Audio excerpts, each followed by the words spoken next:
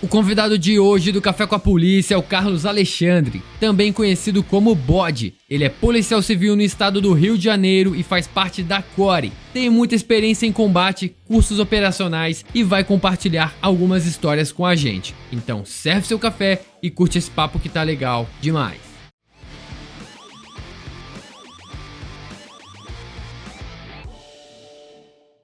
Fala galera, seja bem-vindo a mais um Café com a Polícia. Hoje vamos conversar com o Carlos, mais conhecido como Bode, da CORE, da Polícia Civil do Rio de Janeiro. Um cara fera que tem muita coisa, muito conhecimento para passar. Você vai curtir já já. Mas antes disso, você que quer passar em concurso público, quer ser policial um dia, você sabe que é um concurso concorrido e difícil, você precisa se preparar com os melhores. Então você que está procurando um cursinho online para estudar de confiança, tópicos, melhores professores e melhores materiais, você vai na descrição do vídeo e dá uma conferida lá nos cursinhos que a gente indica para você estudar. Vai lá na descrição do vídeo e não perde tempo, beleza? Bora agora conversar com o Carlos. Fala, meu irmão, seja bem-vindo ao Café com a Polícia, obrigado pela presença, cara. Valeu, a honra é minha aí, de poder participar, estar aí presente com você. Agradecer primeiro a Deus, né, que Ele permite a gente chegar aqui. Vamos contar um pouco aí dessa trajetória ao longo desses 20 anos de CORE aí, 21 de polícia.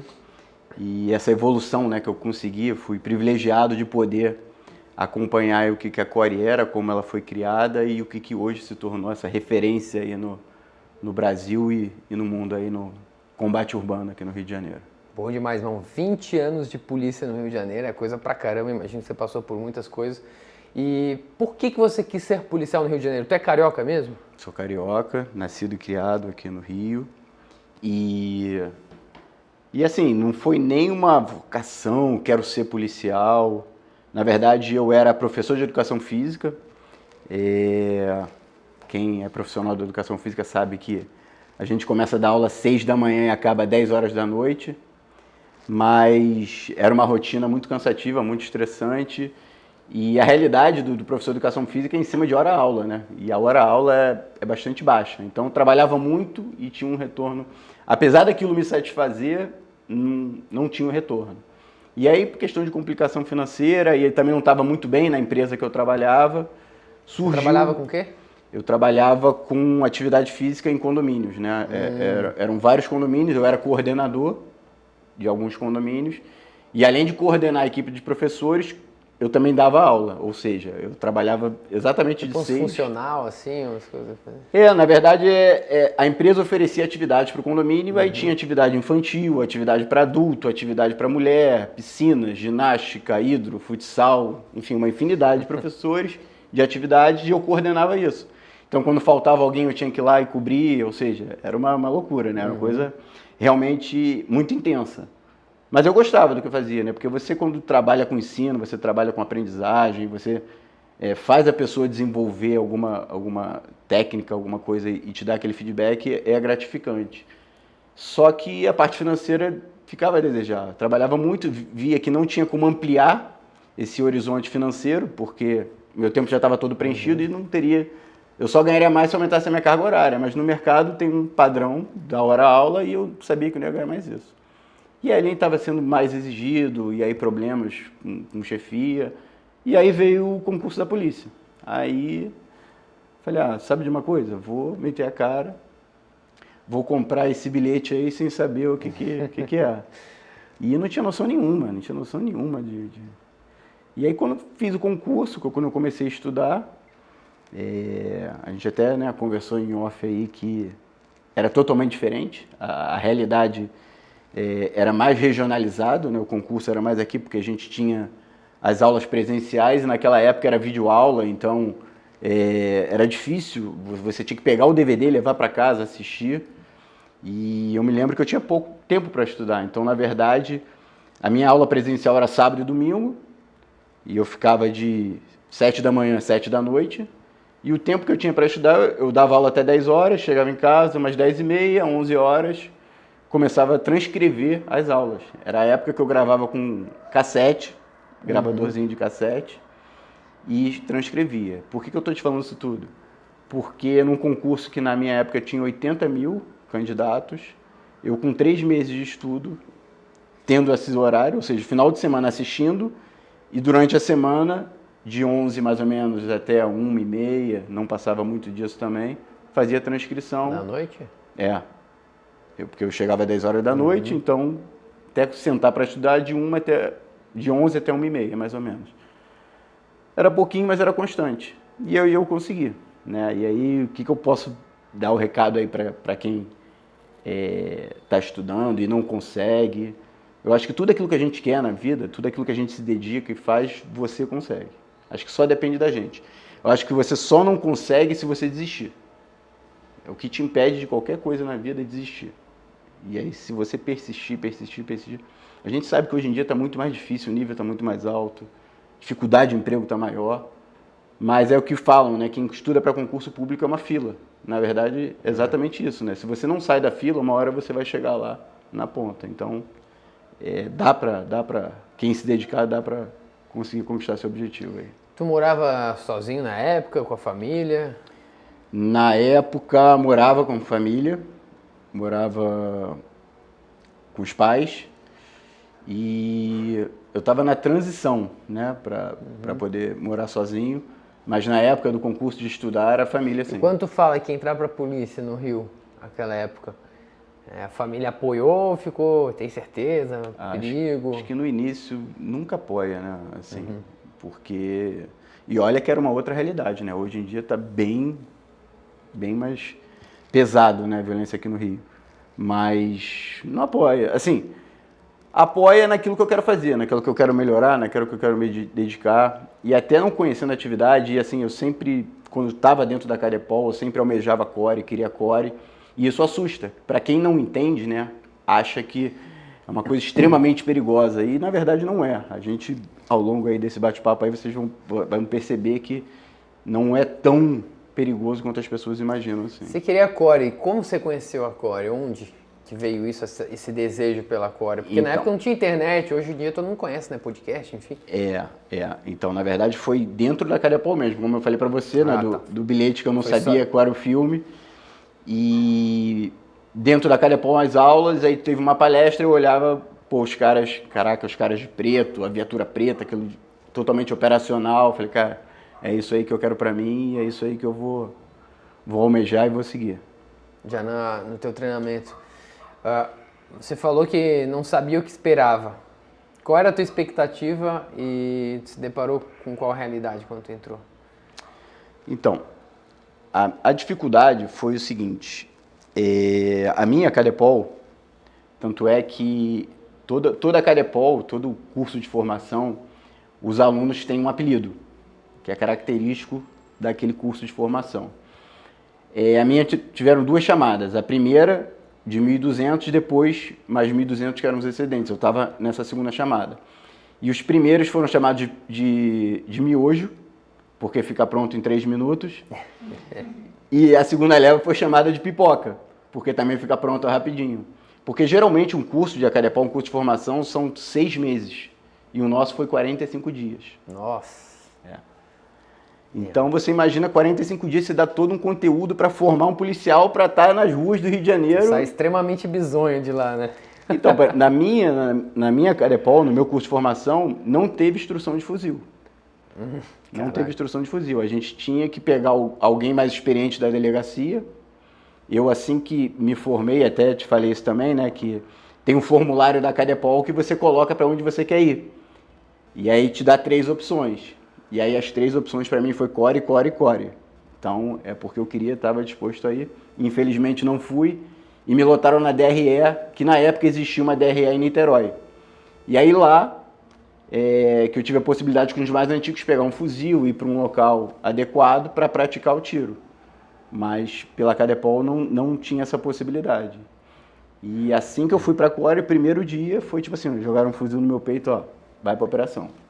Então, de cara, a gente assumiu o plantão 6 horas da manhã, e 6 horas da manhã já tinha operação marcada, tinha que estar todo mundo pronto, e nas viaturas para partir para a comunidade para realizar a operação. E aí deram um fuzil, ó, vai e vença, é isso aí.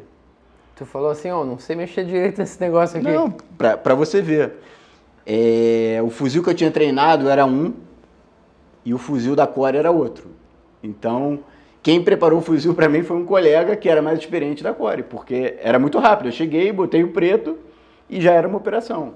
Então, você foi ver que foi no sangue e no suor ali que a gente foi aprendendo, entendeu? E aí o pessoal já pode perceber como é que era o início para hoje. Por exemplo, hoje, você não entra na Core, você não consegue operar, trabalhar na Core sem ter um curso básico da Core. Nosso curso de entrada é o COP, o curso de operações policiais. Se você não tiver esse curso, você não pode trabalhar como operacional da Core. E aí esse aí abre as portas para outros cursos mais densos que a nossa unidade lá oferece. Então daí você consegue perceber essa... Mas tu deu conta do recado naquele dia? Consegui. Foi bom, assim, que você tem aquilo tudo que você deseja, né? Tudo que você vê. E você está vivenciando aquilo em loco ali, tendo aquela movimentação de operação, troca de tiro passando, não sei o que. Isso, eu falei, caraca, muito maneiro isso aqui. Foi a primeira vez que tu participou de troca de tiro, foi na Core ou já tinha acontecido nesses 3 meses antes? Não, foi na Core. Foi na Core. E aí pra ti, depois, como é que ficou o sentimento? Ou na hora, te deu algum tipo de medo? Ou tu voltou pra casa, como é que ficou a tua cabeça? Ficou, caraca, que massa? Ou tu ficou, meu, é isso? Ficou meio espantado? Como é que foi pra ti na época?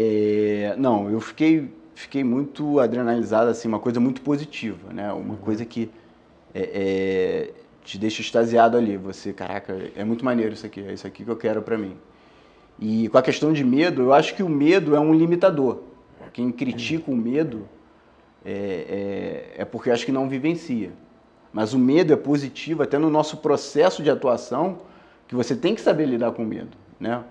O medo ele só aumenta ou diminui com a sua falta de segurança, a sua falta de confiança. A partir do momento que você tem confiança naquilo que você faz, naquilo que você treina, nos seus companheiros, nos seus irmãos de combate ali, isso tudo some. Você vai diminuindo as possibilidades e esse excesso de confiança é o que faz, que te move para continuar e ter sucesso nas incursões, nas operações. Então tu voltou para casa amarradão aquele dia. Mas ali foi, assim, eu tô te falando já pegando também um geral de hoje, porque comparar hoje o Carlos com 20 anos já nisso aí, com aquele que entrou, não. Tinha toda a insegurança de fazer alguma besteira, mas também tira uma consciência porque eu não era burro. Eu sabia sobreviver, mas não era um exímio atirador, não tinha intimidade com armamento, não tinha noção de técnicas. Então, na verdade, é aquela coisa empírica de você observar quem é mais antigo, observar quem é mais especializado e começar a copiar. E a partir do momento que você faz a primeira operação, no primeiro plantão, vai fazer a segunda, a terceira, você pergunta para um, pergunta para outro, você começa a ter aquele conjunto de experiências, aí sim. Aí você começa a se aperfeiçoar, aí a própria unidade vai oferecendo curso, aí você começa a fazer os cursos da unidade, vai se especializando, vai tendo mais operação. Então, você acaba crescendo diante daquilo que você quer, diante daquela dedicação que você está disposto a dar em prol do seu serviço ali. Depois desse dia, desse primeiro dia, quando que você chegou a ter um treinamento, exatamente? Quando que as coisas começaram a mudar? Então, na verdade, assim, os próprios companheiros que trabalham na Core, e aí a gente faz isso hoje, né? A gente acaba, assim, como a gente tem um pouco mais de experiência, a gente acaba observando e vendo, pô, aquele ali tem aptidão. Aquele ali eu acho que se a gente investir, ele vai dar frutos para a unidade. E aí vieram falar para mim, ó, vai ter um curso aí, e aí para você ver como é que as coisas são. Não tem nada a ver com parte de combate urbano, mas era um dos primeiros cursos para você começar a se especializar dentro da Core, eram de operações marítimas e ribeirinhas. Que eu acho que isso que difere, né? Quando você começa a falar de OE, de operações especiais, que você tem que ser bom na terra, no ar e no mar, né? E é logo um divisor de águas, porque nós temos excelentes combatentes desde lá do início, e que por não ter uma boa aquacidade, não conseguiram evoluir para chegar a se tornar um OE. Mas se você botar ele na favela, ele vai ser um excelente combatente. Mas não é um OE porque ele não tem aquela aquacidade necessária. Então ali já é um divisor de águas. Aí eu fiz o curso, que era o primeiro curso de operações marítimas, aí você aprende tudo de água, de resgate, salvamento, entende mar, a parte de mergulho também, tem um pouco, a apneia, enfim. E aí foram 2 semanas, e aí foi a porta de entrada para mais especialização. Então, Depois fizeram um curso de rapel tático, então vocês iam uns prédios a gente ia para prédios abandonados, aí fazia rapel do alto, rapel de entrada, toda a parte de corda, nós, ancoragem. Ou seja, aí você já está mais um degrau. E por volta de 2004 para 2005, final de 2004 para 2005. Aí, nesse período, eu já estava no SAT, que hoje é o SOT, né? O setor de operações táticas especiais, na época, era SAT. E aí resolveram fazer o primeiro curso de operações táticas especiais da CORE. Foi o primeiro COT. E aí foi feito um TAF interno para aquelas pessoas que estavam no setor, e os primeiros colocados foram agraciados a poder participar do curso. Aí que foi verdadeiramente o meu primeiro curso de operações táticas especiais. Aí que realmente eu comecei a entender, a gente começou a criar uma padronização, uma uniformização, porque há 20 anos atrás não tinha nem blindado. A equipe do SAT andava com uma S10, cabine dupla, com a caçamba. Então a gente fazia as incursões, as operações. Eles iam na caçamba lá. Na caçamba da S10. Em pé. E assim, a particularidade desse curso foi que todos nós que éramos lotados no SAT, a gente estava fazendo curso, mas a gente estava lotado na unidade. Éramos da unidade. Então, quando tinha uma operação que tinha uma demanda maior, a gente tirava a camisa de aluno, a camisa azul de aluno com número, botava a camisa da CORE e ia para a operação. Então, foi um curso diferenciado. Por quê? Porque a gente está no curso, mas a gente está atuando. Então, as nossas operações eram reais, porque a gente era do setor. Então, às vezes, muita gente não entende e fala assim, pô, evoluiu muito. Talvez se hoje eu metesse a cara para fazer um COT, eu não conseguiria. Diante do nível que está. O nível de técnica, o nível físico, o nível psicológico, a quantidade. Eu acho que o nosso último curso aí teve mais de 800 dias, assim. Então, nossa. Tá bem puxado, e o pessoal que sai formado sai realmente realmente muito preparado para o que a gente precisa aqui no Rio de Janeiro. E não era assim, na verdade a gente já era do setor e a gente já sabia o que tinha que fazer. Então a gente só pegou o curso para uniformizar e poder criar, né? Que a gente até brinca que o COT 1 é a origem, né? Porque é a origem de todos os COTs, não de operações especiais da CORE, porque já tinham os mais antigos lá, que já tinham essa prática aí. Então, assim, a gente plantou a semente, né? E você ter o prazer, né? O privilégio de acompanhar essa evolução de curso a curso, chegar hoje no último COT aí, esse nível, essa diferença é gratificante. Você falou que fez ali a primeira operação, curso de operação marítimo. Em Ribeirinho, como é que é o nome? Isso. Operações marítimas. Qual a instrução mais difícil? Você fez aquela lá que você fica dentro da água amarrado? Eu já vi uns videozinhos, né? Que o cara fica com o pé amarrado, com a mão para trás e fica subindo e descendo na piscina. Teve isso? Não. A efeito de prova, não. O que foi mais complexo pra gente... Porque a nossa realidade... Dá um café, trazer o cafezinho para mim. A nossa realidade do Rio de Janeiro, como a gente tem muitas praias, e os precursores aí do curso, eles trouxeram muitas coisas para salvamento marítimo, salvamento em mar aberto. E assim, o que mais pesava para a gente era a gente fazer a arrebentação.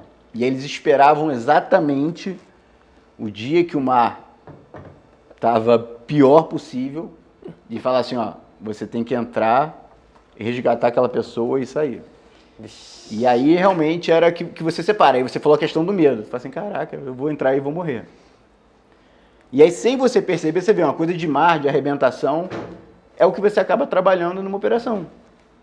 Caraca, aí tá vindo tiro dali. Mas é por ali que tu tem que ir.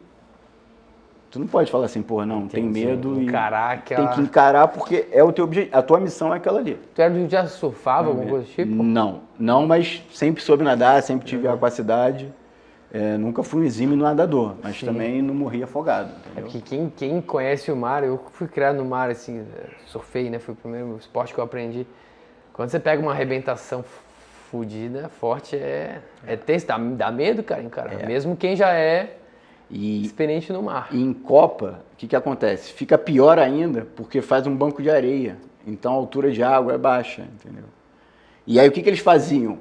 Não basta você entrar, você superar a arrebentação. Você tem que ficar no liquidificador, ou seja, você tem que tomar um caixote. É obrigatório você tomar um caixote no mar alto para você saber lidar com isso. O que você vai fazer agora?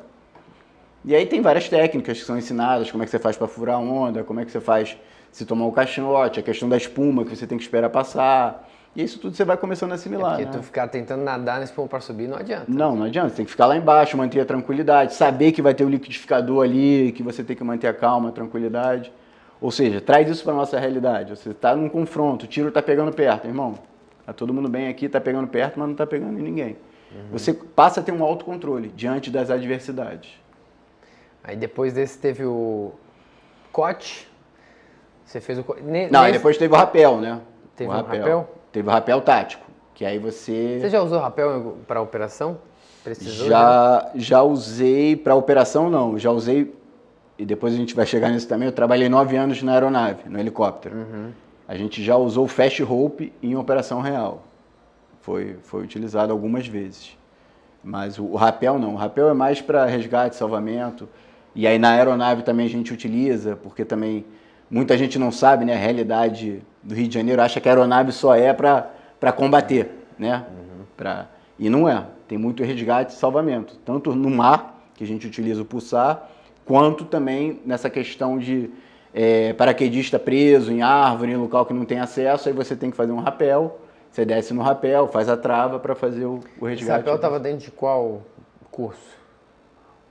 Ou é um curso específico só de rapel? Esse que eu estou falando da aeronave é dentro do COA, que é o curso de operações aéreas.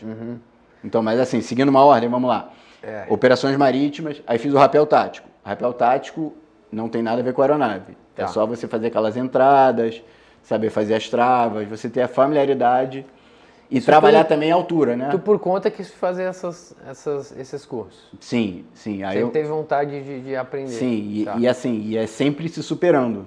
Porque eu me lembro que no início, assim, eu fiz o curso, eu queria fazer o curso de operações aéreas, e eu tinha medo de altura. Então, o que eu fiz? Eu comecei a escalar para tirar o meu medo de altura. E aí isso me facilitou muito no curso de rapel. Porque você fazer rapel do alto de um prédio, saindo do topo de um prédio, quando você olha para baixo, se você não tiver adaptado àquilo ali, não tiver confiança no equipamento, você não consegue descer. Tinha muitos alunos ali que estavam com a gente ali que congelavam completamente. Mas você congela porque se você olhar ali, caraca, eu vou cair daqui, você tem que confiar na sua técnica e no equipamento que você está utilizando. Então, assim, foi importante para mim nesse sentido de, caraca, quebrei essa barreira do medo de altura. Insegurança todo mundo tem, mas você superar o teu medo e ter a certeza de que você vai conseguir desempenhar da melhor forma, acho que é o objetivo dos cursos, né? Caramba. Passou, depois foi pro curso de operações aéreas. Não, aí mar, rapel, cote. Aí o cote condensou, foi um mês direto de curso. O cote é um curso mais técnico ou mais para filtrar?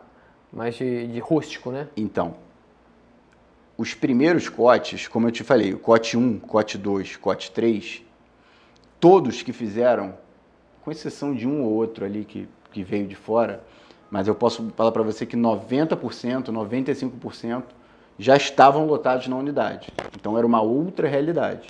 Tá. A gente queria pegar aqueles operadores da Core e especializar eles ainda mais, e qualificá-los ainda mais, fornecer as ferramentas técnicas necessárias para que a nossa atividade, nosso desempenho fosse cada vez mais eficiente. Diferente de hoje. Porque hoje você, naturalmente, quando você abre um cote, você abre para a polícia toda do Rio de Janeiro e também para os estrangeiros, ou seja, nossas instituições co-irmãs do Brasil, a gente abre um determinado número de vagas e vem. E aí como é que você faz para uniformizar isso tudo? Você não consegue ser só na parte técnica. E aí vem a questão da forja. Aí você tem que colocar aquele aluno, né, sob condições adversas, e aí vem toda a rusticidade, da semana 0, da questão da física extenuante, da questão de você privar o aluno de determinadas coisas para ver realmente do que ele é feito. E aí depois que passa essa fase, você começa a pontuar semana a semana, inserindo alguma atividade necessária a um curso de operações especiais. Então, se você comparar, que eu falei para você, 800 dias, 800 dias? Foi 800 dias, não. 2 anos, Não, não foi 800 dias, não, desculpa, errei. Foi mais de 3 meses. Foi 800 e poucas horas aula, foi isso, 800 e poucas horas aula, desculpa. 90, mais de 100 dias, 90, 100 dias. Foi, cara, para não chutar, mais de 105 dias. Tá. Comparado com o meu que teve 30, olha a diferença de coisas que passam a ter. E tem que ter muito, né, o que a gente fala dos 5 S's, né, de um curso de operações, né? Quais são? Tem que ter saúde, sagacidade, sorte, saco e simpatia. Simpatia? Porque você conquista a simpatia do instrutor. E aí aquele instrutor, ele não pega tão pesado com você. Tem isso no curso? Tem, porque, cara, aquele moleque ali é padrão. Aquele aluno ali é padrão. E aí você ganha uma simpatia. E o aluno percebe quando ganha, entendeu? Aquele aluno safo, sagaz, que você tenta pegar ele sai e fala, pô, não. Ele vai ganhando ponto com isso, entendeu? Mas tem alguém que consegue não ser simpático no meio desse curso, que tu tá lá se ferrando, né? E o cara, pô, não vou ser simpático com o instrutor. Mas pô, não é você ser simpático. É você gerar uma simpatia do... Tipo assim, esse moleque é bom. Esse moleque pensa rápido, ele raciocina rápido, ele tem a saída rápida. Isso você está gerando simpatia. Não é aquele cara que cola as placas, que você manda fazer uma coisa, não sei fazer, fica meio perdido. É a sagacidade, entendeu? Aquele cara que te dá a resposta rápida daquilo que você quer naquele momento. Ou então até mesmo que você tenta dificultar ainda mais alguma coisa, o cara tem uma saída rápida e fala, pô, mandou bem, entendeu? Então ganhou minha simpatia. É mais ou menos nesse sentido aí. Você virou instrutor desses cursos? Sempre que você... Bom, como é que era naquela época? Sempre que você, por exemplo, eu me formei no COT 1, aí no COT 2 eu fiquei como monitor, aí no COT 3 você já pode ser instrutor. E aí, COT 4, 5, eu só me afastei um pouco dos COTs porque eu fui para a aeronave. E aí meu foco ficou mais na atividade aérea. E aí eu retornei, eu fiquei 9 anos fora no SAE, e eu retornei para o SOT em 2018. Aí a partir de 2018 eu voltei a acompanhar os cursos. E aí que eu pude perceber, talvez isso foi benéfico para mim porque foi um choque. Falei, caraca, não era assim. O nível hoje está, tipo assim, hardcore mesmo, tá beirando a perfeição, assim, de tanta coisa que tem, tanta qualidade de instrução, tanta dedicação das pessoas que estão ali ao redor, dos operacionais, os falcões, para que o curso tenha um nível elevado. Hoje, para um policial que entra, um policial civil, e quer fazer parte da CORE, por exemplo, ele tem que ter um tempo mínimo de serviço? Então, não sei precisar, porque isso já mudou algumas vezes. Já teve uma época que você tinha que ter 3 anos de prática policial, ou seja, trabalhando em delegacia. Teve época que não precisou de tempo e teve época que pediu 1 ano de prática física, de prática jurídica, né, em circunscrições de delegacia. Hoje eu não sei como é que está isso. Eu sei que, para você entender uma das diferenças, para você trabalhar na CORE você tem que ter o COP, que é o nosso curso de operações policiais. Só que ele não te garante uma vaga na CORE. Ah, não? Você vai depender de ter uma vaga do delegado da tua unidade poder liberar para você ir trabalhar na CORE. Isso não garante.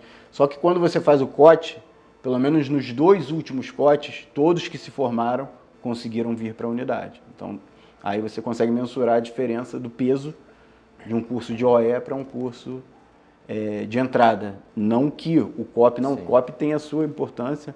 A gente até teve a oportunidade de estar no último agora e está cada vez mais difícil. Está cada vez mais puxado, está cada vez mais intenso. Isso, só quem ganha com isso é a unidade, entendeu? De você conseguir qualificar mais os nossos operadores. O que você acha que é melhor um cara que entra na CORE? É melhor pegar aquele policial novinho, vibrando, ou um cara já com alguma experiência e depois vai para a CORE? Depende. Depende muito. Por quê? Qual é a experiência que esse policial tem? É uma experiência boa? Ele tem um domínio das técnicas? ele está disposto a se remodelar, ele está disposto a desconstruir aquilo que a gente vê que não está certo para aprender? Porque às vezes o antigo tem isso, eu tinha muito isso.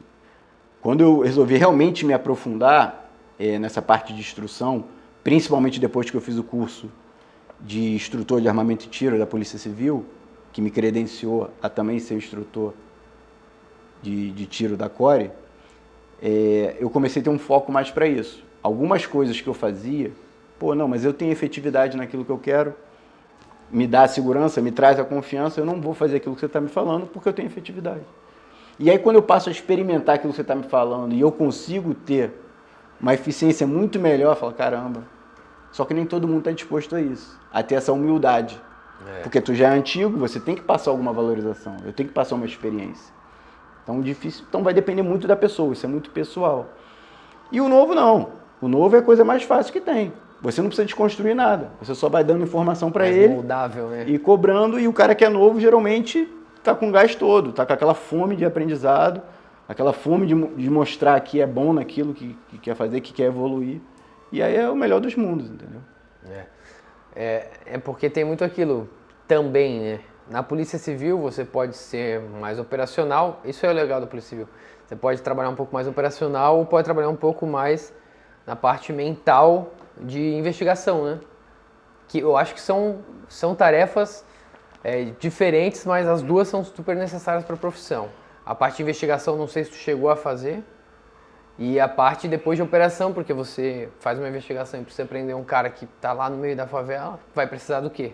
Sim. Da galera operacional para entrar lá. Sim. Eu não tenho muita propriedade e para falar, mas eu acho extremamente importante. A nossa atividade, ela não funciona, ela não funcionaria, ela não teria uma importância se não tivesse uma investigação, se não tivesse um procedimento para que a gente pudesse cumprir. Vocês dão apoio para as delegacias que precisam cumprir mandados, né? Exatamente, exatamente. Na grande maioria, a gente também tem os nossos setores lá, mas na grande maioria das vezes a gente é solicitado, a gente é acionado para que a gente consiga estabilizar o terreno para que as outras delegacias cumpram os seus objetivos. Pela investigação. E quando você vai fazer uma operação, tem aquele debriefing lá, né? Briefing e debriefing. O pessoal da delegacia passa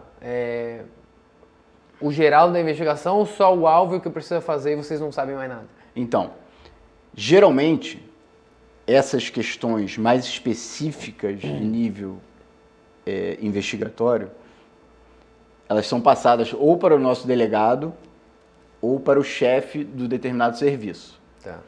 E aí ele absorve isso e passa para a gente aquilo que ele quer que a gente faça. Então, nem sempre a gente tem uma visão macro da operação. A gente tem objetivos específicos, vocês têm que entrar por aqui e tomar esse ponto aqui.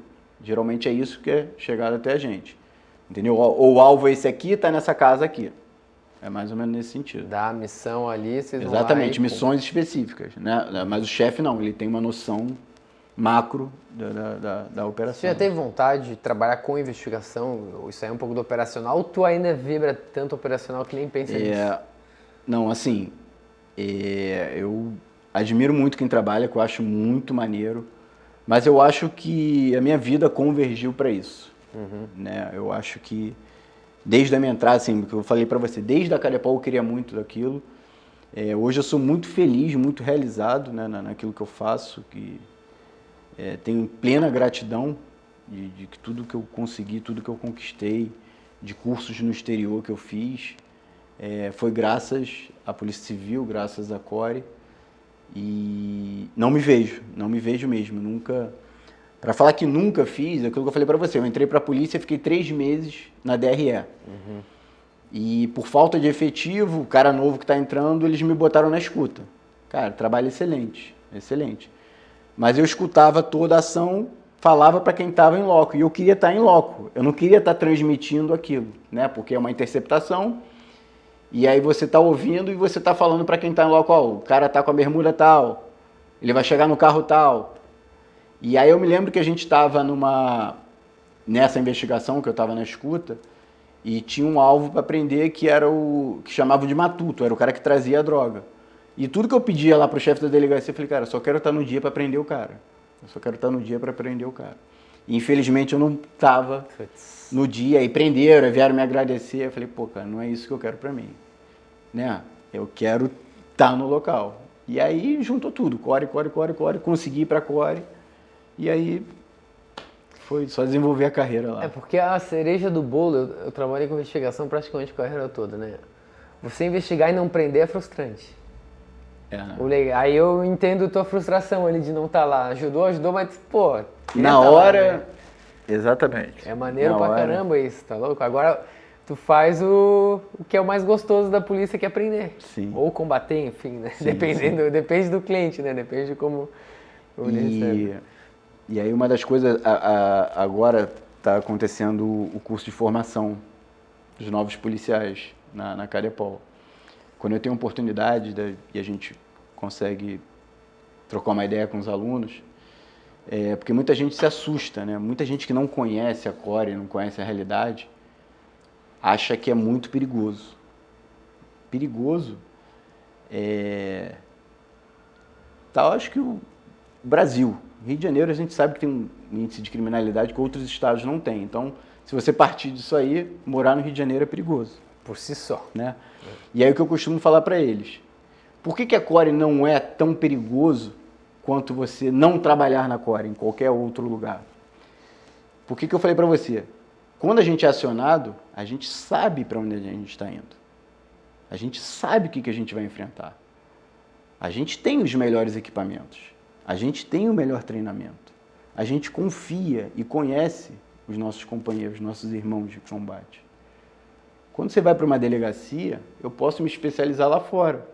Mas eu vou tirar plantão com um cara que eu não sei se é um combatente, eu não sei se é um cara que está desmotivado, eu não sei se é um cara que sabe, tem o domínio das técnicas. E na maioria das vezes, uma viatura de qualquer delegacia pode ser surpreendida. Uma viatura da Core dificilmente vai ser surpreendida. Porque a gente não anda sozinho, a gente não anda em dupla. A gente anda em comboio, a não ser que seja uma missão administrativa, mas geralmente é comboio, dentro do blindado. Sim. Entendeu? E eu sei que eu estou enfrentando. E é aquilo que eu falei, quando você sabe, se o tiro está pegando, é perto ou não, me lembro até que você entrevistou o Poti aqui, ele falou essa coisa do tiro. Exatamente isso. Então, pelo barulho, te dá mais confiança aí, tá longe pra caramba. Ou, passou, beleza, tá aqui perto, mas está tudo sob controle. Então você passa a ter o controle da sua ação e isso te traz a confiança necessária para desempenhar a função. Você operar com os melhores equipamentos, os melhores colegas bem treinados do lado é outro nível. Né? E assim, o que eu posso falar para você, nessa coisa da evolução. Quando eu comecei a operar na Core, poucos, mas poucos mesmo, tinham um equipamento top. Muito pouco mesmo. E geralmente eram os instrutores, os mais antigos, quem fez curso lá fora. Os nossos equipamentos eram todos nacionais. A bota nacional, o cinto nacional. A diferença de qualidade é absurda. A gente usava fuzil com mira fixa. E aí eu tive a oportunidade de fazer um curso na SWAT de Miami, em 2006, que eu olhei o equipamento dos caras e falei, caraca, cara, é um outro mundo. É um outro mundo. Do red dot, de designador, do armamento dos caras, da própria questão de estrutura, né, que eles tinham. Coisa que tu nem sabia que existia? Nem sabia que existia. E os caras Foi já tinham ouvido falar, não era? Foi com o Wagner Franco aquela vez, não?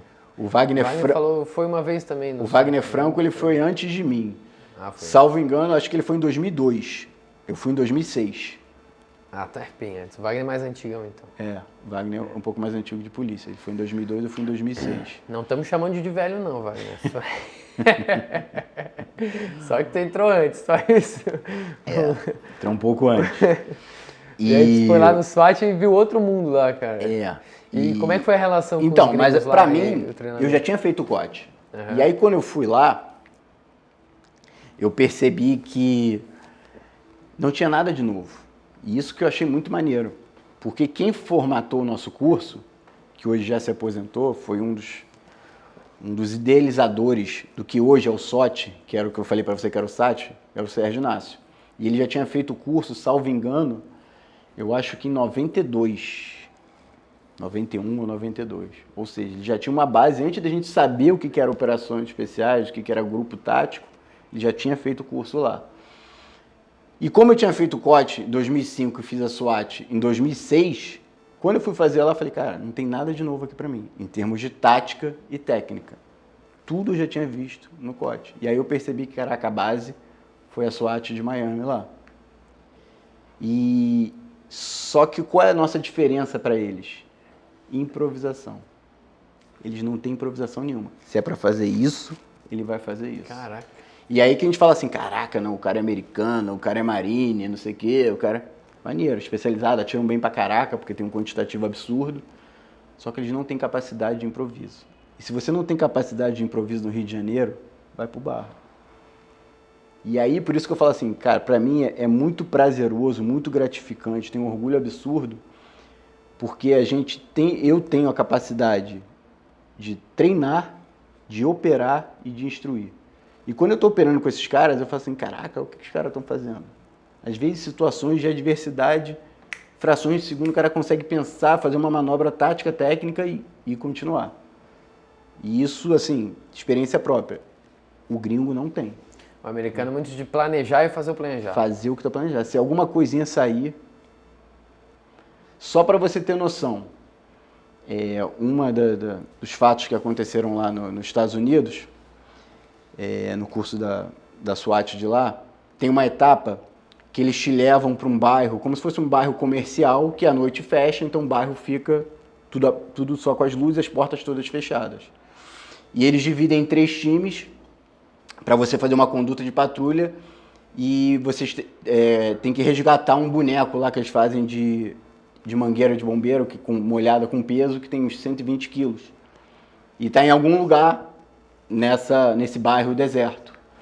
E eles passam de viatura, que tem aquelas Humvee, né, aqueles carros lá do exército americano, com um tiro de simunition. Sabe o que é o simunition, né? É uma munição que sai tinta, que pega e sai tinta. Tá, não sabia não. E aí você só não pode ser baleado por ele, senão tu tá fora. E aí os gringos, todo mundo escondendo. O que o brasileiro fez? Os caras arrumaram. E assim, foi hilário. Eles viram alguma caixa velha, assim, de papelão, que devia ser uma... Tipo, quando você compra uma geladeira, né, vem aquele quadrado. O cara cortou, fez uma janelinha e estava na conduta de patrulha com a caixa. Ou seja, não fui baleado, eu faço o que eu quero. Foi até, entendeu? Foi... Aí a gente olhou e falou, caraca, o que é isso? Eu acredito que ele, tipo assim, porque é uma etapa que já tá meio que pro final do curso, foi mais para tipo assim, ó, vocês falam que eu só vou sair se a munição pegar. Então você pode atirar. E a partir daí todo mundo começou a adaptar. Aí quem achava papelão, fazia papelão de escudo. E aí os caras vinham, não sei o que, ficava zoando os instrutores, não sei o que. Então, por quê? Essa capacidade de improvisação que os gringos não têm, pô. E eles falam o quê quando viram vocês com papelão? papelão? Ficaram rindo pra caramba. Aí eles falaram, isso é coisa de brasileiro, não sei o quê. Aí que a gente conseguiu. Mas já estava num nível no curso que você ganhou a simpatia, o S de simpatia, e aí é mais fácil fazer, entendeu? Mas eles admiram a polícia aqui? Como é que era? Sim. O que eles falavam? Como é que era a troca de ideia? É absurdo, assim. Cara, não só eles lá, né? Eu acho que o país, o tratamento que é dado é absurdo. Você vai nas lojas, é desconto. Você vai nos lugares, você não enfrenta fila. Só o fato de você mostrar sua carteira, eu sou policial. E aí quando você fala que é policial do Rio de Janeiro, aí as pessoas perguntam mas como é que é lá, não sei o quê. É uma realidade que eles não têm, entendeu? Eles, assim, eles são muito eficientes naquilo que eles fazem. Mas eles treinam e pontualmente tem uma outra que é o inverso da gente. A gente é operação, treino, operação. Então, a nossa operação vira o nosso treino. Verdade. Os nossos insights, a criação das nossas doutrinas, quando a gente está com uma cabeça de corpo de instrução, você começa a observar, mas se eu fizer assim, será que eu consigo mais atividade? Será que se eu mudar o meu posicionamento de fuzil, será que eu vou ter mais efetividade? Aí leva para dentro do stand, testa, acho que teve. Ou seja, diante da nossa realidade, a gente consegue fazer adaptações para engrandecer cada vez mais a nossa doutrina e ter a efetividade. Aqui, com tanta operação, vocês criam um repertório imenso, né? Porque vocês meio que já passaram por quase de tudo. Se bem que sempre pode vir alguma coisa nova, né? Mas sim, sim. Acho que em 20 anos operando, você meio que passou de quase tudo, né? E assim, foi aquilo que eu te falei. Para você ver, eu escutava histórias na minha época de Acadepol, que policial subia morro no Rio de Janeiro com 38 na cintura. Então, para você ver, quando eu entrei, já era o fuzil, nenhum estado. Eu me lembro que a gente ia fazer curso fora, ou algum intercâmbio, que a gente ia com a nossa viatura, chegava de fuzil, pô, fuzil não, mas aqui não precisa de fuzil, não sei o quê. Não, tudo bem, aqui não precisa. Mas eu tenho que sair do Rio de Janeiro e tenho que voltar para o Rio de Janeiro.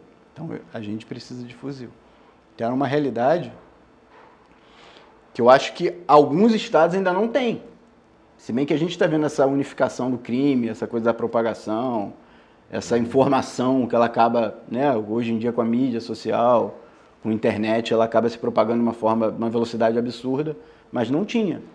Então eu peguei a fase sem blindado, peguei a fase com blindado, e ao mesmo tempo que você vai inserindo determinados artifícios para você ter uma superioridade, eles também, os criminosos lá, os narcoterroristas lá, eles vão se adaptando.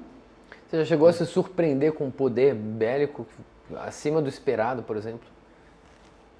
Alguma vez vocês disseram, porra, esse aqui tava um pouco mais do que a gente imaginava. A questão não é nem poderio bélico. A questão é você saber identificar qual é o modus operandi de determinadas facções aqui no Rio de Janeiro. Né? Eu acho que a maior, que é aqui, do Rio de Janeiro aqui, ela tem uma ideologia de confrontar.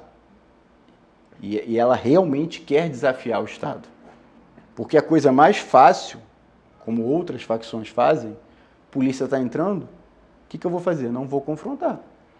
Porque a polícia vai procurar, pode achar, pode não achar, eu vou ter uma perda calculada, mas eles não querem, eles têm uma ideologia de quê? De enfrentar, de querer confrontar. E aí começa o problema, e aí começa a desenvolver a questão de que determinadas localidades no Rio de Janeiro são mais pesadas. Você tem que ir mais preparado. Você tem que ter uma velocidade de deslocamento diferenciado. Você tem que saber que você vai estar num terreno urbano e esse terreno urbano vai se tornar um terreno de mata. E aí você tem que mudar o teu drive operacional. Vocês meio que já esperam antes, essa localidade a gente sabe que lá vamos ser recebidos desse jeito. Exatamente. No outro, possivelmente vai ser mais tranquilo, mas também não dá pra... E assim, à medida que a gente vai operando, né, a gente também sempre fala isso para os alunos. A comunidade, né, a favela, os morros, eles falam com você. Se você presta atenção naquilo que o ambiente está te mostrando, ele te direciona o que você tem que fazer. Quando você conhece o local, é muito mais fácil. Como assim fala? A população diferente. ajuda ou você entende? Não é só a população, quantidade de gente na rua. Entendi. Você Alguns olhar sinais. se tem iluminação, não tem, principalmente as nossas entradas hoje em dia, para evitar um efeito colateral maior. Nessas comunidades mais pesadas, a gente costuma entrar à noite, porque tem menos gente na rua, então tem menos efeito colateral. E aí determinados pontos de iluminação, que são colocados ali de forma proposital. Determinadas barreiras que são colocadas, né, que são os trilhos, às vezes até muros de concreto. E aí você sabe que quando você chega ali, provavelmente vai ter algum opositor numa seteira, atirando ali. Então acaba falando com você e te direcionando. Eles criam subterfúgios, armadilhas, para poder dificultar a tua entrada. E à medida que você está sempre operando ali, você vai vendo os atalhos, vai vendo, aqui eu tenho que ter cuidado. Se eu dobrar aqui, eu sei que ali tem uma contenção. E isso vai te facilitando de alguma forma, entendeu? Operar todo dia e repetidas vezes numa mesma comunidade, a gente passa a ter uma facilidade maior. Vocês têm alguma conversa com o pessoal da comunidade? Ou não tem? Vocês vão, operam, ninguém fala com vocês? Não tem, não tem.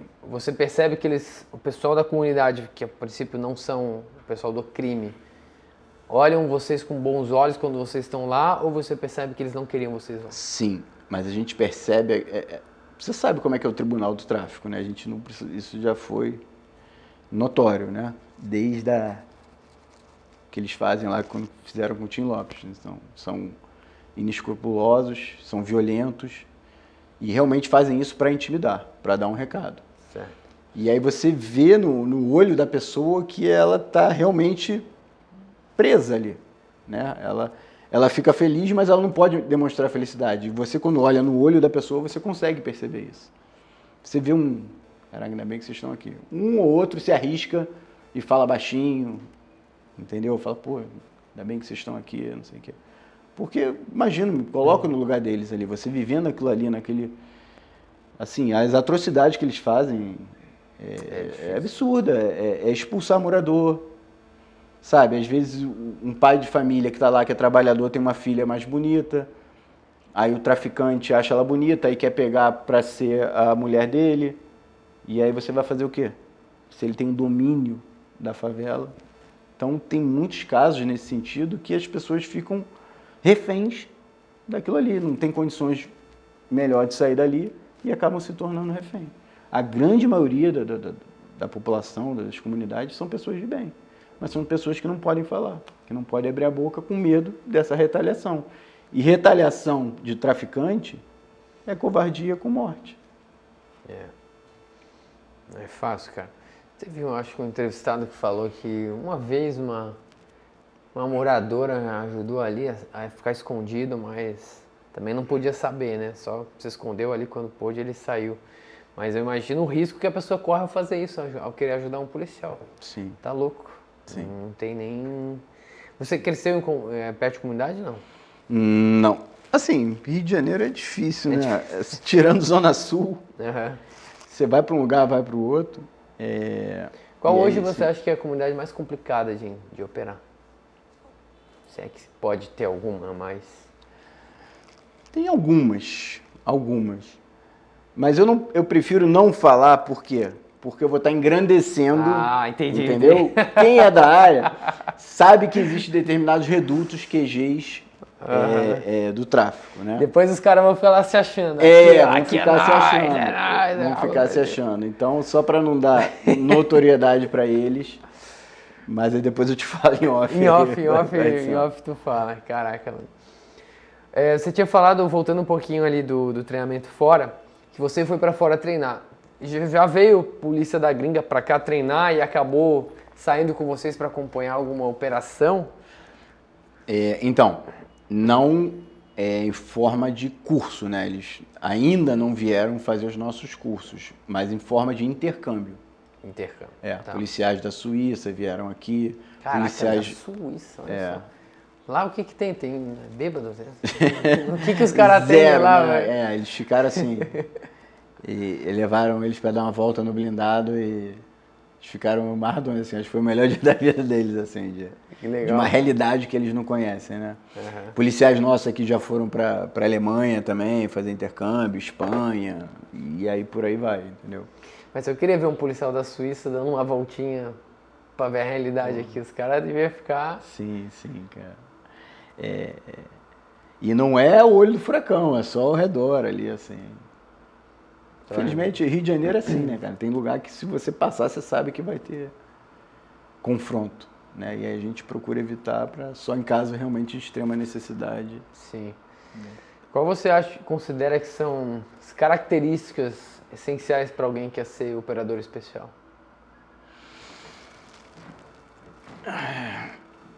A principal, determinação.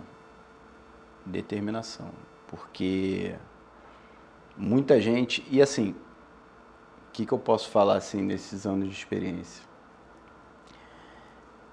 O brevet é só uma porta de entrada. Na verdade, a gente vai conseguir identificar o que a gente chama do combatente urbano, quando ele inicia a trajetória dele operando. Então tem muitos que têm oportunidade, que vão ser qualificados para ser um OE, mas não estão ali. Como é que eu posso falar um termo para você? Eles não estão legalizados, né? Vamos dizer assim, porque não adianta eu formar e não testar. Tem muita gente que só quer o brevet, tem muita gente que só quer a fama. E aí quando é testado no ambiente urbano com o nível de periculosidade que é ser um operacional aqui de elite do Rio de Janeiro, a gente já teve essa percepção de que alguns... Então você pode ser um excelente aluno... até banca o curso. Mas ele não tem um controle sobre todas essas adversidades que eu te falei, que o teatro operacional propõe. E aí é difícil. Como é que você vai confiar num cara que deu aquela colada de placa, né? Que a gente chama de colactus plactus, né? O cara que travou. Que aí você não consegue e aí você tem uma preocupação que é com ele, entendeu? Então, mas assim, tirando essa parte que o cara se formou, ele mostrou que ele comprou o ingresso. Beleza, agora vamos ver como é que é o desenvolver dele. Então já aconteceu às vezes de ir numa operação, um cara que passou no curso, tudo chegou lá, não conseguiu responder bem, aí acaba, ó, aqui não é o teu lugar. Ou vocês trabalham o psicológico dele para ele ficar? Então... Depende, como é que... Eu assim, para também não expor ninguém, né? Mas a grande maioria tá lá. Tá lá. Eu acho que hoje em dia, quem não está lotado no SOT, que é o nosso setor de operações táticas especiais, todos, se você der a missão, eles vão desempenhar. Entendeu? Quem percebeu que aquilo não era para ele, saiu. Então, por algum motivo, por algum momento, ele refugou. Você alguma vez já psicologicamente ficou, vamos dizer assim, receoso de operar? Teve algum dia que, pô, não tô bem. Acontece isso ou não? Então, não é questão de não tô bem.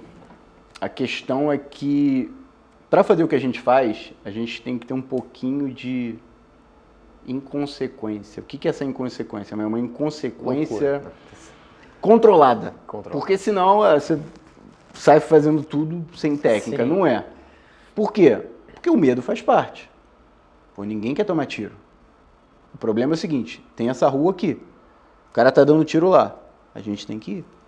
Então o cara vai estar dando tiro e a patrulha tem que ir. E às vezes, não é questão de, vou colocar por mim, para não falar outra pessoa. Pô, não dá para ir. O tiro tá pegando aqui, tem que esperar ou a aeronave vir, ou desbordar, que a gente chama, que é uma técnica utilizada. E aí quando tu olha, teu companheiro tá indo. Aí tu vai deixar ele sozinho? Aí tu liga, dane-se e vambora junto e hope e vai. Então, na grande maioria das vezes, não te dá tempo de ter medo porque tem um maluco que foi lá e tu tem que ir com ele. E aí tu vai mais por ele do que por você mesmo. Que talvez se você tivesse esse poder de decisão e ninguém fosse, pô, não, vamos segurar aqui. Porque não dá. E aí que eu falo, a minha admiração por esses caras é porque sempre dá. Sempre dá. Parece que não dá e mostra que dá. Sempre dá. Sempre dá. Caramba. É assim. É impressionante, cara. É impressionante. Mas assim, é um bando de loucos? Tem gente que fala que é um bando de loucos. Mas não é um bando de loucos. É aquilo que eu falei pra você, é confiança. É você confiar na sua técnica, confiar no seu tino ali, confiar que o teu companheiro está preparado com você, está com você, e você vai conseguir. E, cara, todas as vezes foi assim. Todas as vezes foi assim. Não teve uma operação que a gente não conseguisse progredir, que a gente não conseguisse chegar ao nosso objetivo. E aí perguntam assim, pô, mas como é que... Porque se você parar para comparar, nós não somos um batalhão, somos uma unidade da Polícia Civil do Estado do Rio de Janeiro, então o nosso efetivo é muito reduzido. E aí, pô, como é que vocês conseguem ter essa eficiência, essa... Aí tem um termo que a gente usa que é superioridade relativa. Já ouviu falar nisso? Eu já ouvi esse nome, mas eu não lembro o conceito. Por quê? Por que superioridade relativa? Porque o nosso efetivo é menor, são 300 fuzis em determinada favela, 500 carregadores, seteira, vários tipos de obstáculos que transmitem uma confiança para eles. Mas como a gente consegue coordenar, aí méritos para o coordenador, né, para o Fabrício. Porque ele tem tudo na mão. Ele tem um grupo de operações táticas especiais, ele tem um canil, ele tem um setor de sniper, ele tem um SAP, que é o setor de apoio policial, ele tem a aeronave, ele tem o esquadrão antibomba. Então ele consegue integrar todos os setores naquele teatro operacional. Então você consegue ter um planejamento que mesmo com um número menor, você acaba tendo uma superioridade, porque todos os setores conseguem se interligar e abafar, e intimidar e conseguir avançar diante daquela... Fazendo uma comparação aí para o futebol, por exemplo, um time com vários jogadores bons, técnicos, enfim, só que não treinado ou mal treinado, às vezes, tipo, tá lá vários jogadores e tu pega um time entrosado, com um bom treinador, cada um sabe o que fazer dentro de campo. O time entrosado, não importa se lá tem treinador, se não tem organização do outro lado... Mas eu não digo nem isso, não vai porque quando você traz esse exemplo do time, são 11 contra 11. E aí a gente cai naquele exemplo do clássico que tudo pode acontecer. Ser. Ali não, é como se fosse 11 contra 300. Realmente. E aqueles 11 vão fazer um gol nos 300 que estão ali. Seria mais ou menos essa comparação. Caramba, cara. Qual que você poderia dizer o momento mais difícil para você na tua carreira, cara? Teve algum momento que você até pensou em dar uma acalmada? Ou o teu momento mais desafiador e difícil nesses 20 anos? Na verdade, não. De desistir, não. Na verdade, a gente às vezes acaba... E aí vem questões de treinamento. A gente acaba... como eu te falei, né? Continuando aquela trajetória. Aí em 2007... Foi 2007, fui para a SWAT em 2006. 2009, eu fui para o SAER, que é o Serviço Aéreo Policial. Aí lá também, eu vou te falar que é uma sensação única, sabe? O nível operacional, o nível das operações lá são absurdos, assim, de uma vivência muito marcante. E às vezes a rotina acaba que não tem nada a ver com a parte da polícia, a parte da CORE, mas por você passar por algumas adversidades na vida, você acaba se desmotivando, você acaba caindo na zona de conforto. E aí isso serviu para mim de um aprendizado muito grande quando eu voltei para o SOT. Eu saí de lá e voltei para o SOT. Estava muito desmotivado, já estava na minha zona de conforto e, por incrível que pareça, os recém-formados no último COT e os policiais mais novos foram que me trouxeram essa motivação de novo de querer voltar a treinar, querer voltar a fazer curso, querer voltar a me preparar e estar condicionado. Porque também foi um choque de realidade. Porque você está lá no alto combatendo é uma coisa, você está por baixo combatendo é outra. Hoje a gente sabe que a realidade, eles dão muito tiro na aeronave. Mas lá tem uma coisa positiva, tu quase não escuta por causa do barulho do rotor, entendeu? E a tua visão, você não consegue ter essa percepção que nem quem está lá embaixo está tendo, que é muito barulho em cima do rotor, das pás girando, você trabalha com fone, então abafa muito até para você ter a comunicação com o piloto e com o resto da tripulação. E aí você não vive isso, se está muito intenso, se não está, você não consegue ter essa percepção. Quando eu fui para a terra, eu falei, caraca. E aí eu vi a aeronave passando e tomando tiro. Eu falei, cara, não, lá de cima não dá para ter essa percepção. E aí você vê que, cara, preciso treinar, preciso me adaptar. Então o meu fator motivacional foi esse. E aí por isso que eu sou muito grato. Porque assim, você imagina, se eu ficasse lá e não tivesse essa nova oportunidade. Porque eu já tinha feito os cursos que eu queria fazer, já estava qualificado para onde está. O que me faria desconstruir, ter um pouco de humildade para reaprender, me reorganizar, me redisciplinar, me reenquadrar para ser aceito naquela equipe ali tática terrestre, entendeu? Então, foi um aprendizado muito grande que eu carrego até hoje aí comigo. E o melhor momento da tua carreira? Você tem algum específico? Algum momento que você acha marcante positivamente? Não, especificidade não trago não, assim, foram muitos cursos que eu fiz, né, ao longo desses 20 anos, e aí eu me botei assim, vamos trazer o mais recente, não o mais marcante. Depois de velho já, isso foi agora, apesar de participar das instruções, eu não tinha chancela de instrutor de armamento e tiro. Então o processo de seleção foi muito difícil, foi um processo uma prova muito difícil, Eu não sei se você tem noção de tiro, mas muita gente qualificada da Core botou a cara para fazer, não conseguiu. Eu mesmo, de primeira, para você ver como é que são as coisas. Aí vem um lado de crença, daquilo que eu creio, daquele Deus que eu sirvo, que das dificuldades que eu passei, porque estava escrito. Você confiar, esperar, porque eu desejava muito. Eu sempre trabalhei com isso, assim, cara, para eu fechar, para mim, com chave de ouro, ser instrutor de armamento e tiro. Porque aí você abre mais um leque e você é chancelado pela polícia. E um dos cursos mais difíceis é o da polícia, assim, mais credenciado, né? Que tem mais repercussão. E aí eu fiz a prova, não passei como um monte não passou. A prova foi tão difícil que não conseguiu completar o número de vagas. Eram, salvo engano, 30 vagas. Eu acho que só tinham passado 22 ou 19, não lembro exatamente. E aí eu falei, cara, é aquilo que eu falei pra você no início. Tudo que você quer, você consegue, basta a sua dedicação. E a partir daquilo ali, eu comecei a treinar que nem um louco. Eu me lembro que a gente ia dar instrução em São Paulo, no curso de operações policiais. E quando tinha os intervalos lá, as nossas folgas, eu ia pro stand deles para ficar treinando a prova. Aí só para você ter noção, a prova de ingresso eram 10 tiros, você faz uma recarga, mais 10 tiros a 15 metros em 45 segundos.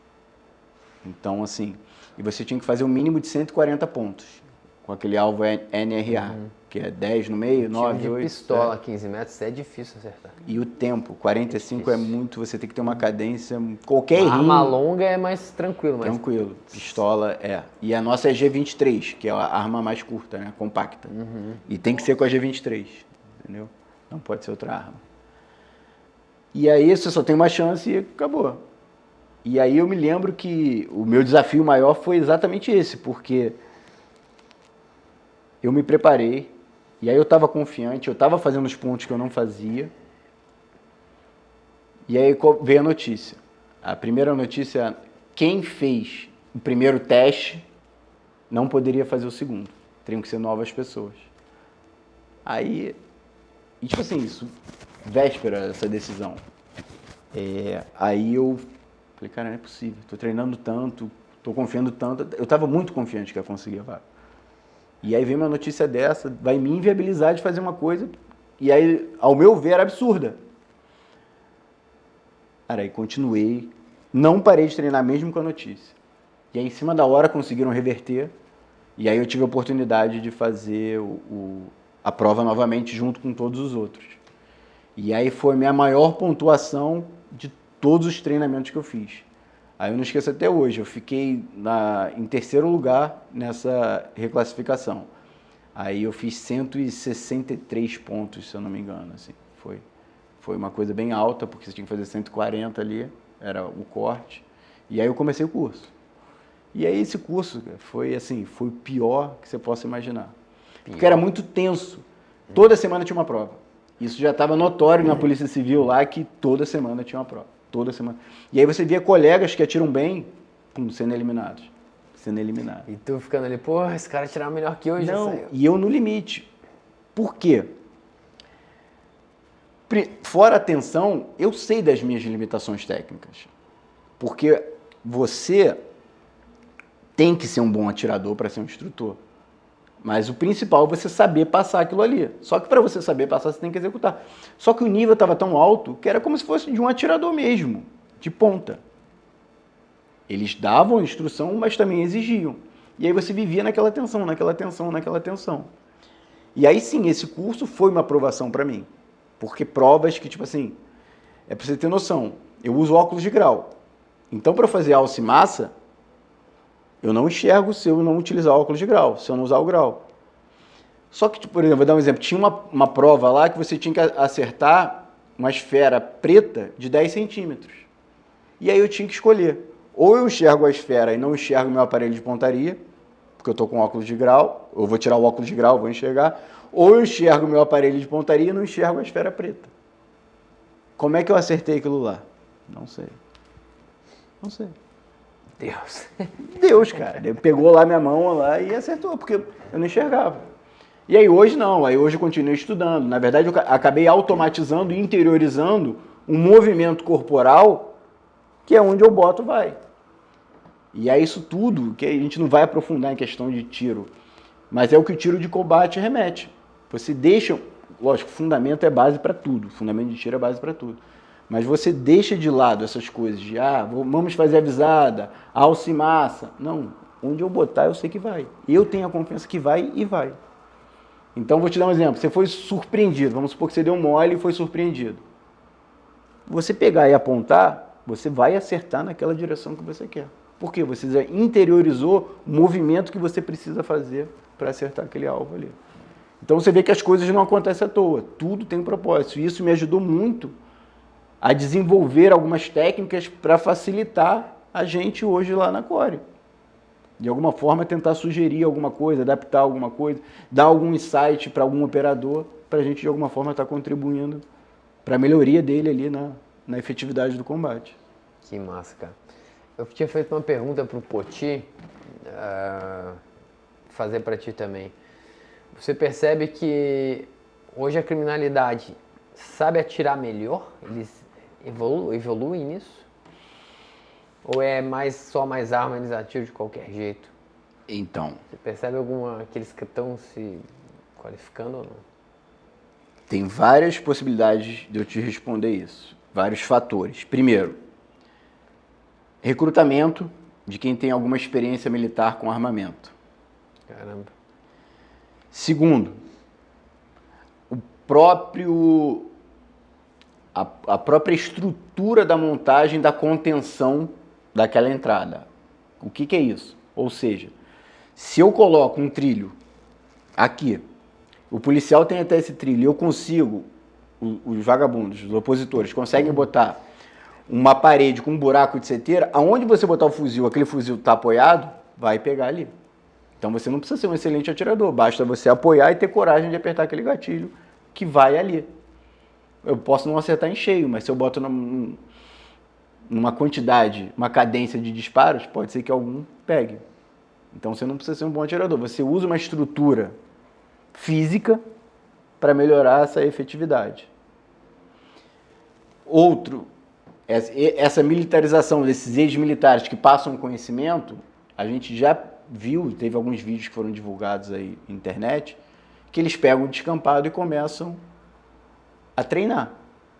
Então, se, por exemplo, numa área de mata, você tem um acesso urbano da comunidade, você sai da comunidade para uma área de mata. Então, ele se coloca num posicionamento que o policial tem que fazer um caminho e se ele começar a disparar ali, ele tem uma efetividade no policial. Então, não necessariamente você precisa ser melhor.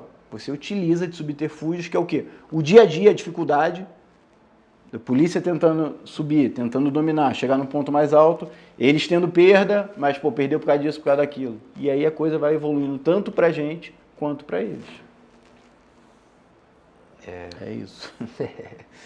Você nesse tempo todo de polícia, o que mudou na sua vida antes e depois da polícia? Comportamento, na tua folga, você precisou deixar de fazer alguma coisa que você gostava? Como é que foi essa transição? Foi porque eu entrei muito novo, assim, 24 anos, muito pouca maturidade. Para mim, né? Pessoal e operacional. Então, saía, bebia, ia para lugar cheio, ia para lugar de tumulto, saía armado, confusões. E aí, com o passar do tempo, a maturidade, e aí eu procuro também falar isso, que ser policial não é uma profissão como outra qualquer, ela é muito específica, né? E aí tem muita gente que é contra, a favor, mas eu acho que você tem que ter um pouco de vocação. Você pode saber que você não tem, você pode vir a descobrir que você tem vocação para determinada coisa. Porque não é só o confronto, é aquilo que você falou, investigação. Às vezes um aluno que está na Carepol, ele não tem essa possibilidade ainda, mas eles vão colocar ele numa investigação, ele vai ver que ele é bom nisso. Então ele tem uma vocação para aquela atividade dentro da polícia. Então você tem que ter essa vocação, você tem que descobrir isso, você tem que saber que você está qualificado para isso. E assim, eu acho que quando eu comecei a perceber isso, você tem que mudar a sua forma de agir, de viver, de se portar, e você tem que realmente se transformar. A não ser que você saiba que você está correndo risco. E aí eu vejo que tem muitos podcasts que falam assim, você já passou por alguma situação, né? Sempre pergunto. Não, eu não passei. Eu sou melhor que os outros porque eu não passei? Eu dei sorte? Não. Talvez a minha postura faça com que eu não tenha tanta possibilidade quanto o outro que não tenha. Determinados locais eu não vou, não adianta que eu não vou. Principalmente à noite. Lugares com tumulto, com gente, com coisa, eu não bebo, então já facilita pra caramba. Barzinho, show, boate, nada disso.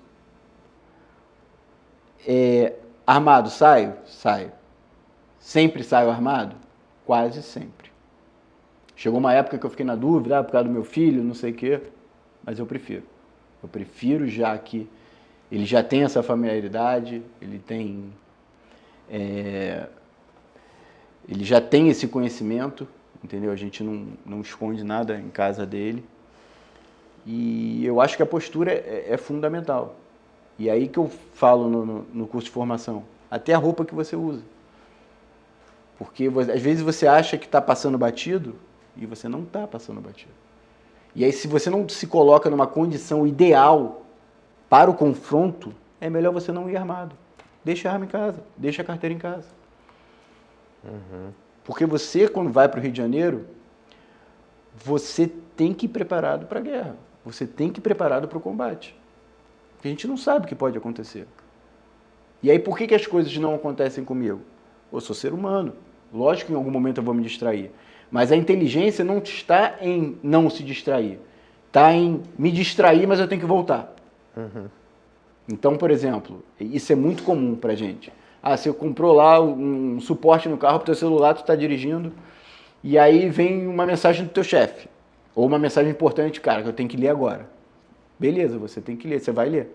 Só que você vai ler do teu chefe, da tua esposa ou do teu esposo, vai ver do grupo que botou ali, aí já tem um vídeo, aí tá baixando, e aí já era. Vou entrar aqui no Instagram rapidinho, e aí já era. Aí você entrou num ciclo que você já está dentro do carro, armado e distraído. Então eu tento sempre me policiar nesse sentido, eu sempre tento passar nisso.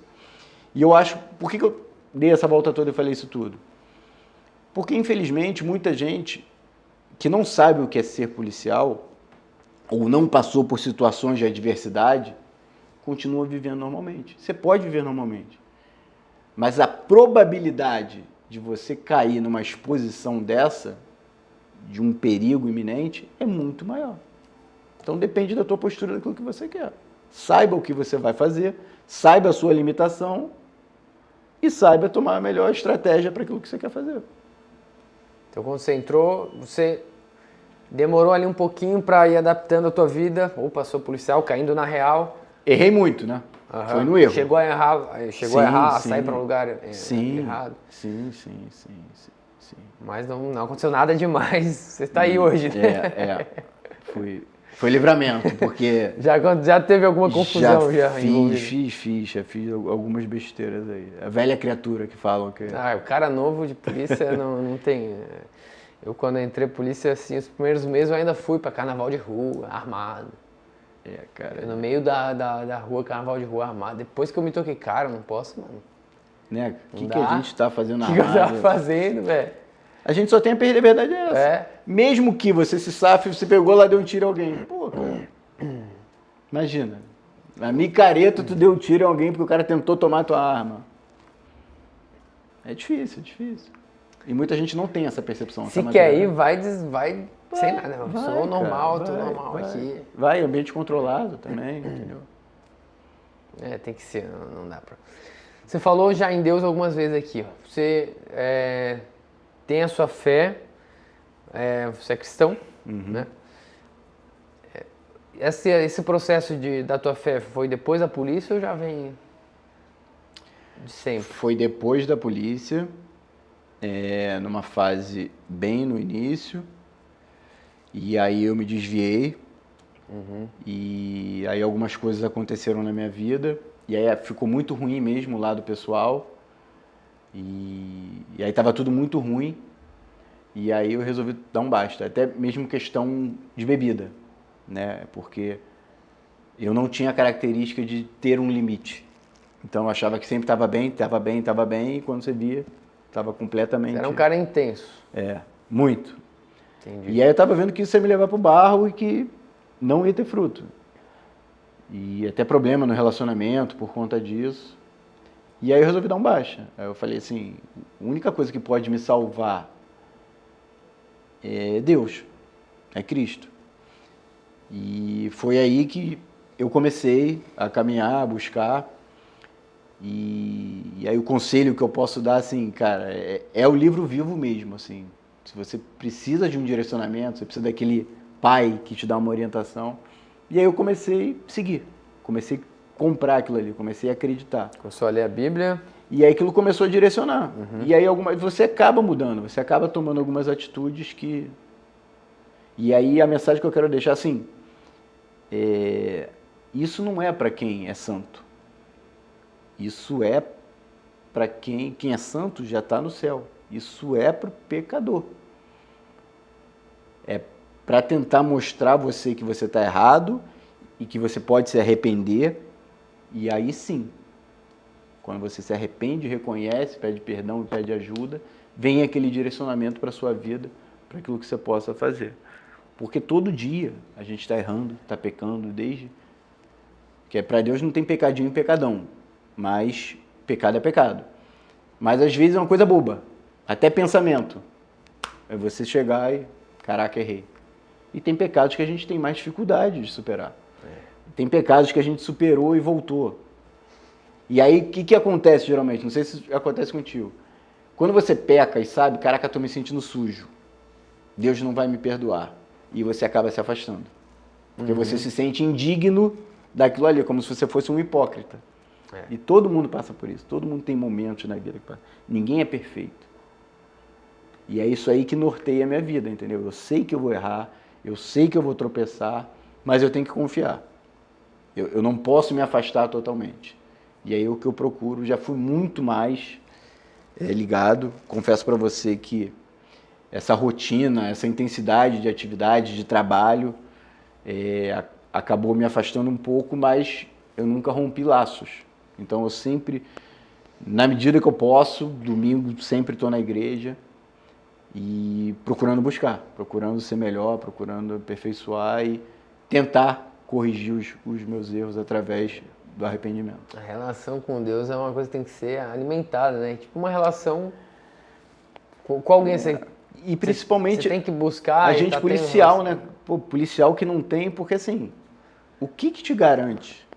Porque olha só, o opositor que está lá, ele atirou com um fuzil. Tu sabe que aquela munição faz a parábola, sobe e desce. O que faz aquilo pegar ou não pegar em você? A gente ser técnico é muito simples. O que faz uma pegar num ombro e não pegar na cara, não pegar no crânio? Então, assim, tem várias passagens que remetem a isso. Então, realmente eu acredito que existe sim. Né? Igual aqueles desenhos que tinha do Pica-Pau, que ficava o diabinho e o anjinho, né? que é o nosso senso, né? De influências negativas, de carne, de coisas que não são espirituais, e as positivas. E a gente escuta as vozes. E a gente se apega, sim, nas coisas que, tipo assim, o que te dá confiança? O que te dá confiança? É que você crê naquilo ali. Pô, Deus está aqui comigo. Aquela que é para vir aqui, ele vai fazer assim, ó. E aí é uma coisa que, pelo menos para mim, me encoraja e facilita no desenvolvimento do meu trabalho, entendeu? Porque essa questão que você fala do medo, cara, não tem medo. Quem tem Deus não tem que ter medo. Estou levando para o lado espiritual agora, não para o lado técnico. E é o que me move, é o que me dá garantia, é o que me dá conforto, é o que me dá segurança de continuar fazendo aquilo que eu faço. Entendeu? Show. Como é que é a relação com as outras polícias aqui? Vocês têm parceria? Por exemplo, Core e BOP, vocês operam juntos às vezes? Como é que funciona? Sim. A gente tem feito, nesses últimos anos, estreitou bastante, é muito bom, assim. Obviamente a gente não opera, é a mesma, vamos botar assim, é o mesmo terreno, mas é feita uma divisão pelos coordenadores. Você vai atuar em tal lugar, isso aqui, até aqui, essa linha limítrofe aqui, o BOP vai atuar aqui, mas o resultado sempre é absurdo. Eu acho assim, que tem uma admiração mútua, né? Assim, os caras são muito bons naquilo que fazem, né? E é a mesma linguagem, né? Tá todo mundo ali querendo combater o crime, tá todo mundo ali querendo realmente ter um desempenho positivo no terreno.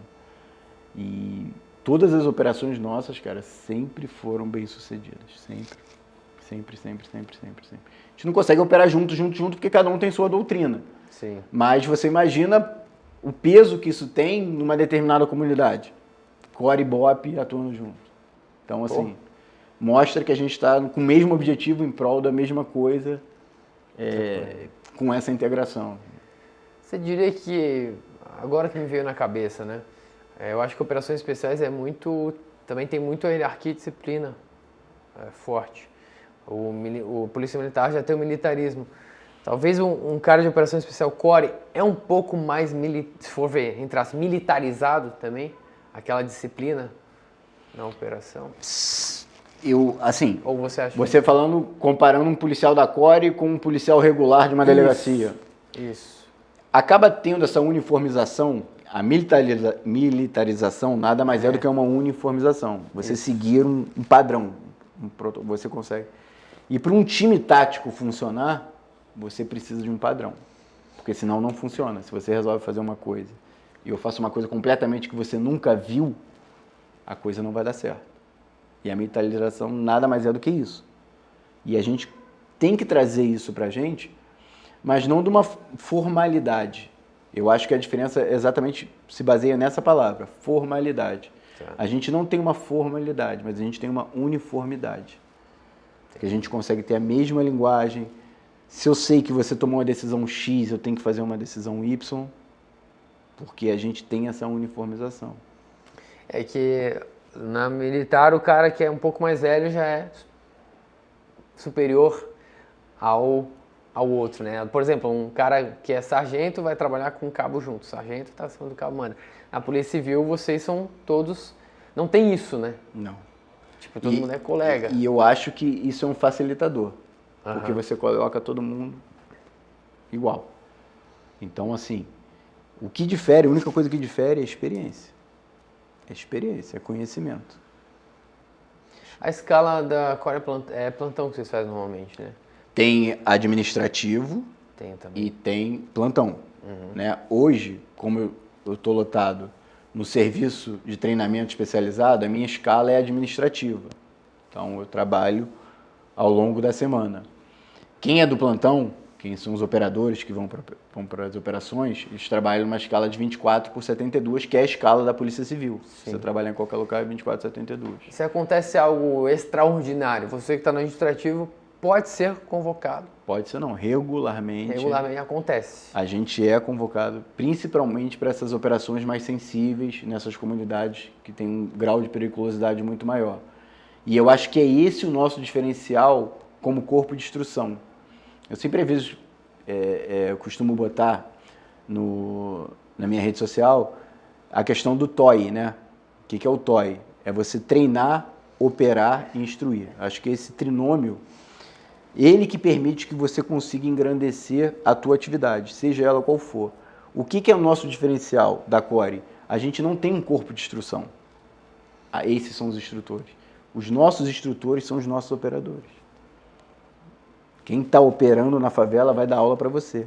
Quem chegou de uma operação, se estiver tendo uma instrução e ele quiser participar, ele vai te dar um insight dele. Então isso tem um diferencial absurdo, porque assim, na maioria das vezes, o que a gente consegue observar? Pô, eu sou antigão, tenho 20 anos, não vou operar mais e eu vou ficar ensinando. Só que se eu ensinar hoje para você e eu ficar sem operar 1 ano, aquelas condições do teatro operacional já se modificaram completamente.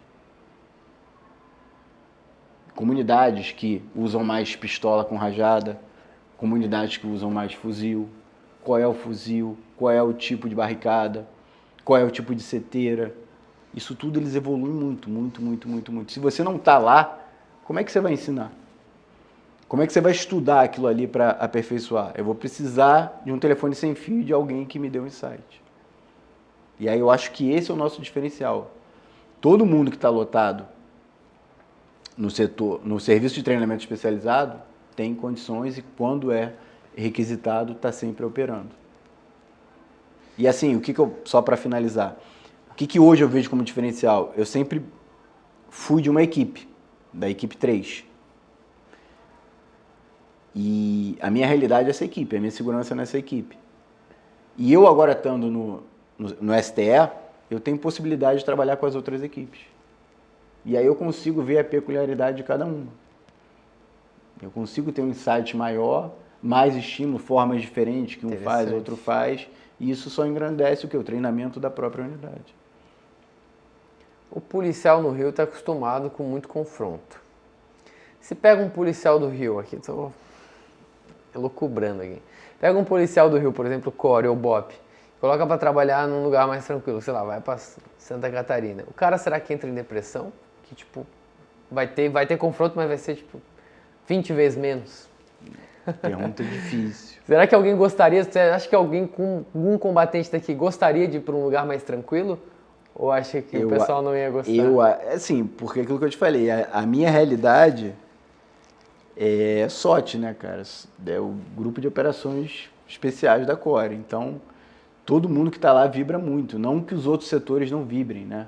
Mas eu estou falando da minha realidade, dos meus irmãos que estão ali comigo. Então, dificilmente eu vejo alguém querer sair.